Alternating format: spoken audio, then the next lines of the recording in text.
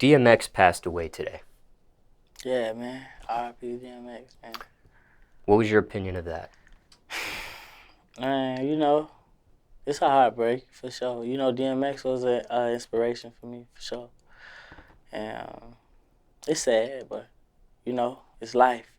We know what come with life. So, yeah.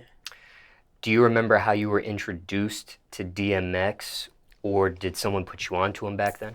Yeah. My pops put me on to DMX early. I was young. My favorite body of work was probably Flesh of My Flesh, Blood of My Blood. But yeah, early on. And why that body of work there in particular? Nothing but bangers on that though. Everything go crazy. Everything was hard. You know what I'm saying? It's one of those projects where you could play from top to bottom and just let it ride. You know what I'm saying? You just ride. It was one of them. When it comes to DMX, have you ever had the chance to personally meet him? I know. When it came to the news about his death, do you remember how you heard about it?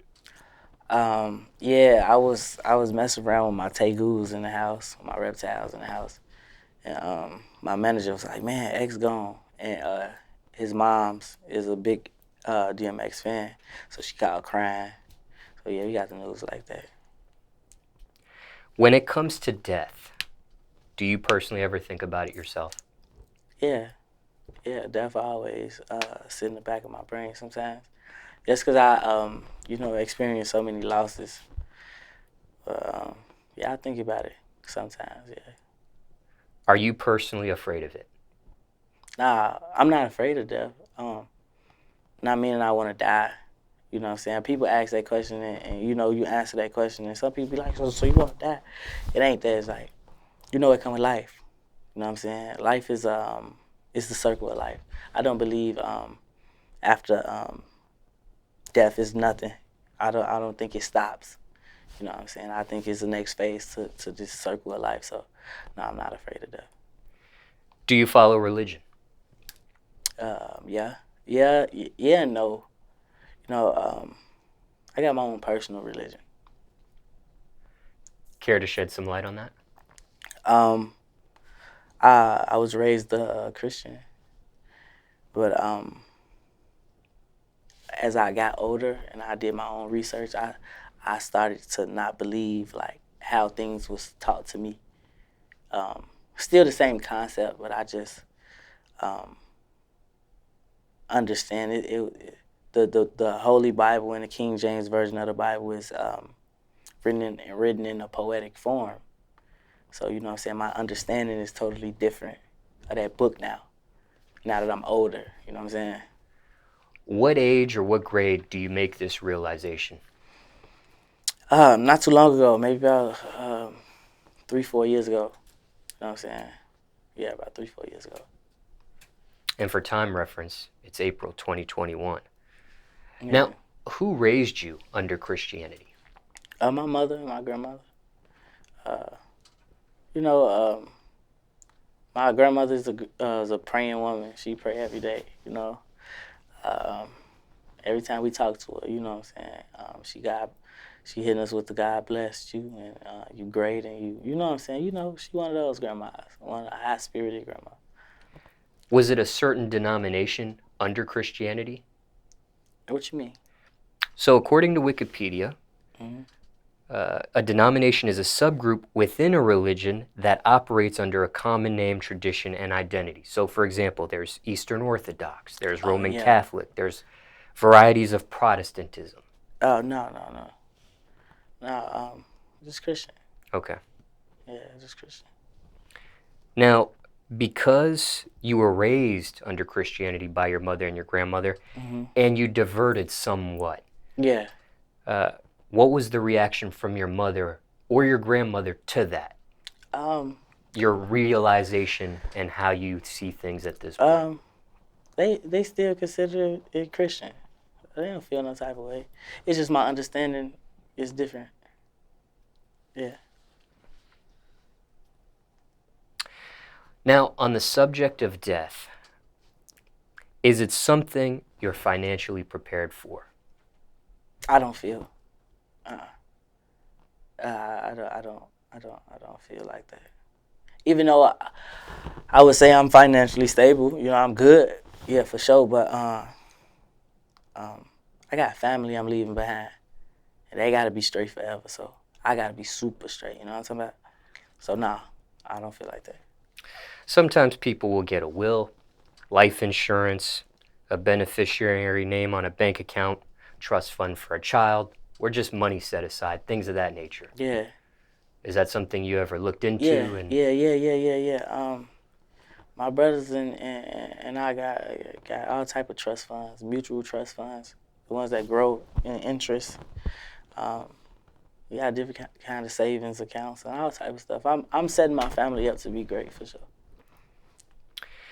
Now, is it something you are musically prepared for in the event you pass away? Yeah, for sure. I record like every time I'm in the studio, I probably record like 6 to 10 songs. You know what I'm saying? That's every session. So I'm sitting on so much music right now, like, you know, and I don't drop that often. So yeah. Now, let me be a little bit more specific. Okay, some people, they prepare in the event they pass away financially with some of the examples I gave you. They have a will, life insurance, certain things in place in the event that happens. When it comes to music, though, are there instructions you've already left with certain people on how you want your music to be? Oh man, like no, I ain't never did nothing like that because I don't think about it that hard. But I trust my team, bro. You know what I'm saying? So in the event, God forbid this ever happen, but if that happens, you know what I'm saying? I trust my team to keep it rolling. They know how to keep it rolling. They gonna keep it rolling. Because here's some questions that I always wonder, okay? And we can use an example like the Notorious B.I.G. or Tupac or something of that nature. They've passed away and music still is released from them. Sometimes it may be their music remixed. They may have new artists of this generation featured on songs that they had recorded in the past and things of that nature, or producers and beats of today's generation under old lyrics and ad-libs that they had cut when they were alive. And I never knew if that's something that was ever talked about before a situation like that occurs. Like, what happens, and this is just a hypothetical situation, what happens if, I mean, would you be okay, for example, if, well, let me rephrase this. Maybe there's some artists out there that don't want any features from the next generation on their music. Maybe they want their music to be left exactly as is when they pass away. Maybe some artists would be cool with new producers or new artists getting on their stuff. Yeah. And if they never had a relationship with these people, would they be okay with that? Would they not? These questions, I wondered if it's ever talked about before an event of a death happens. In my case, no. In my case, we ain't never talked about nothing like that. But to respond to what you speaking on right now, I would say it's the camps, bro. It's the camps. You know what I'm saying? So if I was an artist that didn't want my music touched, you know what I'm saying, or like, you know, sampled or whatnot, my team would know that. My team know that about me, you know what I'm saying? They know what type of person I am. You know what I'm saying? So back to what I said, I trust my team's discretion on things like that. They know ain't no small fry finna grab nothing and sample nothing. They know, you know what I'm saying, the top of the top gon' take care of that. So I don't think that's something I need to talk about. You know what I'm saying? Because I don't even want to bring that energy towards what I got going on right now because I'm on the way up. But, yeah, in that event, yeah, my team got it, for sure. My team got it. And this is not an easy subject to talk about, but I always wonder if it is something that's ever talked about. No.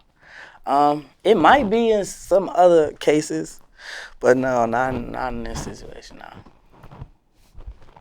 Ever been close to death yourself or had a near-death experience? Yeah, a few times, man. What's the closest you've ever been? Bullet holes in the car. Bullet holes in the car. I ain't never been hit though. Yeah, that's probably the closest. Bullet holes that were intended for you, or wrong place, wrong time type of thing? Attending for the car. Yeah. When you walk away from something like that, what goes through your head? You see the bullet holes. I don't know how close in proximity to you those holes were. They close. When you see that, what do you make of something like? What goes through your mind? Anger. A lot of anger. Like, obviously somebody is wishing death upon you. So that's really what you talking about. That's what you think about. I ain't really thinking like, gee, I almost died. Like, I could have died in that situation. Like, I'm on some, what they on? Like, how we coming, you know? So, yeah. Now, I asked you if you've ever had a near-death experience. Let me give you the definition of that. Okay, according to Oxford Languages, a near-death experience is an unusual experience taking place on the brink of death and recounted by a person after recovery, typically an out-of-body experience or a vision of a tunnel of light. You ever got that close? Hell nah.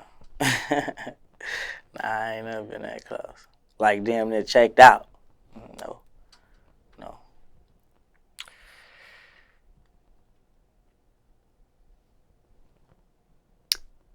And, you know, bullet holes in the car, that car wasn't bulletproof.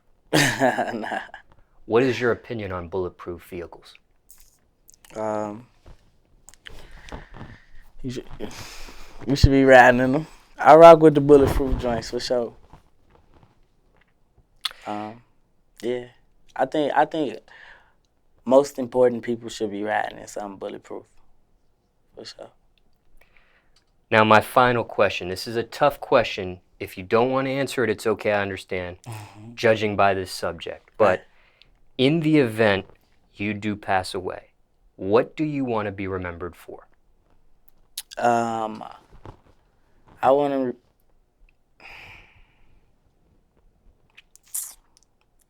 I don't know, bro. I don't know. I just want to be remembered for what I stand for. You know what I'm saying? Just everything that I stand for. You know what I'm saying? It's probably one of the biggest artists in the world for sure. Whatever I stand for.